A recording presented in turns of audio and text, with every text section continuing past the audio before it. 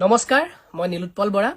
আজি মই ফেসবুকত say no two war বুলি এটা পোষ্ট লিখিছিলো আৰু তাৰ পিছতে সকলোৱে মোক কমেন্টত গালি পাৰিবলৈ আৰম্ভ কৰিলে আৰু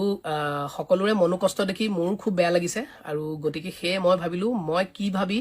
পোষ্টটো লিখিছিলো মোৰ মনৰ ভাৱখিনি আপোনালোকৰ আগত এবাৰ প্ৰকাশ কৰো আৰু মই যদি ভুল মোৰ যদি চিন্তাখিনি ভুল আপোনালোকে যেন মোক আঙুলিয়াই দিয়ে আজি কেইদিনমান আগত কাশ্মীৰৰ পেহেলগামত যি ঘৃণনীয় ঘটনা হল তাৰ প্ৰত্যুত্তৰ আমি দিবই লাগিব আৰু তাৰ প্ৰত্যুত্তৰ হিচাপে ভাৰতীয় সেনাবাহিনী আৰু ভাৰত চৰকাৰে যি পদক্ষেপ গ্ৰহণ কৰিছে যি মিছন হাতত লৈছে তাত মোৰ পূৰ্ণ সমৰ্থন আছে কোনেও এই কথাটো ভুল নুবুজিব মোৰ পূৰ্ণ সমৰ্থন আছে আৰু যোৱা কেইদিনত যি পদক্ষেপ আমাৰ সেনাবাহিনীয়ে লৈছে তাক লৈ খুবেই সুখী আৰু মই ধন্যবাদ জনাইছো কিন্তু আজি মই যেটো পোষ্ট লিখিছিলো সে নো টু ৱাৰ বুলি মই আসলতে খুবেই শংকিত হৈ লিখা এটা পোষ্ট তাত কোনো বিৰোধিতা নাই তাত কোনো পলিটিক্যাল এজেন্ডা নাই মই মনৰ পৰা লিখিছিলো আসলতে মই যোৱা 4-5 দিন ধৰি পাহাৰত আছিলো মই গতিকে মোৰ নেটৱৰ্ক নাছিলে মই গম পোৱা নাছিলো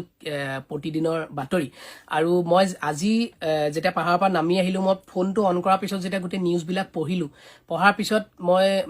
যে এটা নিউজ পঢ়িলো যে কাশ্মীৰত আমাৰ 15 জন নে 16 জন ভাৰতীয়ৰ মৃত্যু ঘটিছে আৰু তাত 2-3 মান শিশু আছে খুব বেছি বেয়া লাগিল আৰু আমাৰ নিৰীহ জনতা মৃত্যু হোৱাটো কেতিয়াও নিবিচাৰো আৰু এয়া যদি আৰম্ভণি তাৰ পিছত দেখিলো যে 4-5খন সিটি নৰ্থ ইষ্টৰ হৈতে যে হাই এলাৰ্ট দিয়া আছে আজি মুম্বাই এয়াৰপৰ্টতো দেখিছো হাই এলাৰ্ট দি থৈছে বোমা আছে বুলি তাত কিবা এটা খবৰ পাইছে গতিকে এই বাতৰিবোৰে আসলতে মোক ইমান শংকিত কৰি তুলিলে যে মই ইমিডিয়েটলি ফোনটো উলিয়াই সে নো টু ৱাৰ বুলি মই লিখি দিলো আৰু তাৰ মানে এটো নাছিল যে মই ভাৰতক যুদ্ধ কৰিবলৈ মানা কৰিছো বা মই যুদ্ধখনৰ এগেইনষ্ট তেনেকুৱা নহয় কথাটো যে মই ওভাৰঅল এটা শান্তি বিচাৰি কৰবাত শান্তি লাগে নিচিনা অনুভৱ হল সেইবাবে মই লিখিলো আৰু যদি যুদ্ধখন বহুত ডাঙৰ হৈ যায় আগন্তুক 10-15 দিনত আৰু আমি এটা বৰ্তমান সীমান্তৰ পৰা বহুত দূৰত আছো কাৰণে হয়তো আমি হিমান বেছি অনুভৱ কৰিব পৰা নাই যিমান সীমান্তৰ আখে-পাখে থকা ৰাইজে ভুগিব লগা হৈছে হে একেই পৰিস্থিতি যদি আমাৰ চহৰখনত হয় আমাৰ নিজৰ ঘৰখনলৈকে যদি বিয়পি আহে নিজৰ ঘৰৰ আপোন মানুহক যদি আমি যুদ্ধত হেৰুৱাব লগা হয় কেনেকুৱা লাগিব মোৰ সেই বস্তুখিনি আসলতে বহুত বেছি চিন্তা লাগিল আৰু আপোনালোকে হয়তো সিনেমাত দেখিছে যে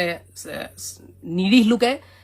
সকলোতকৈ বেছি প্ৰাণ হেৰুৱায় প্ৰতিখন পৃথিৱীৰ আজিলৈকে যিমান যুদ্ধ হৈছে নিৰীহ লোকে প্ৰাণ হেৰুৱাৰ সংখ্যাই পাৰ্চেন্টেজে আটাইতকৈ বেছি আৰু যুদ্ধৰ পিছৰ যিটো অৱস্থা যুদ্ধৰ পিছৰ অৱস্থাও আপোনালোকে প্ৰত্যেকই সিনেমাত দেখিছে একদম ৰিয়েল